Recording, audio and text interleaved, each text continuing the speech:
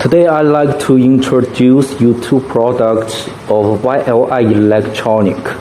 This is YK1068B, a waterproof fingerprint access controller.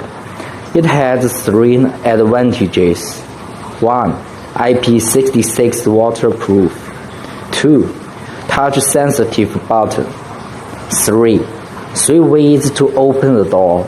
Code, card, and fingerprint.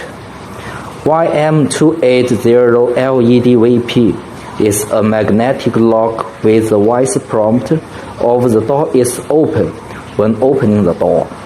Now let me guide you how to connect these two items.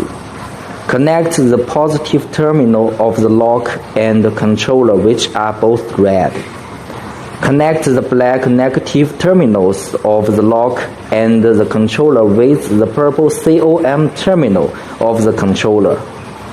And the orange open wire of the lock is connected to the blue NO terminal of the controller.